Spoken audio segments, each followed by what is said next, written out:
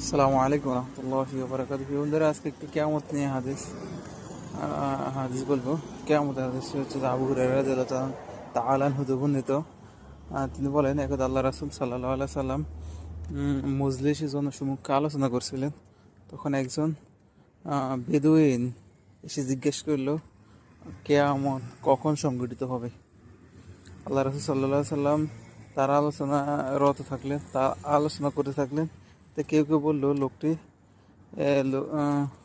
লোকটি যে প্রশ্ন করলো তা মনে হয় আল্লাহ রাসূল পছন্দ করেনি। আর কেউ কেউ বললেন, বরং তিনি শুনতে পাননি। আল্লাহ রাসূল সাল্লাল্লাহু আলাইহি সাল্লাম আলোচনা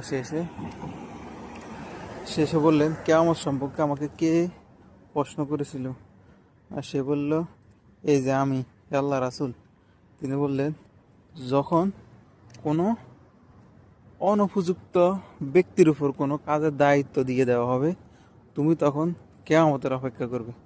মানে কোনো অনুপযুক্ত লোকের কাছে দায়িত্ব দেওয়া হবে, তখন তুমি কিয়ামতের জন্য অপেক্ষা করবে। যেই কোনো কাজ উপযুক্ত বা যোগ্য লোকের হাতে না দিয়ে অযোগ্য লোকের হাতে দিলে তুমি কিয়ামতের জন্য অপেক্ষা করবে। এই হাদিসটি আছে বুখারী শরীফে। বন্ধুরা, সবাই সুস্থ থাকুন, ভালো থাকুন, এই কামনা করছি। আল্লাহ হাফেজ।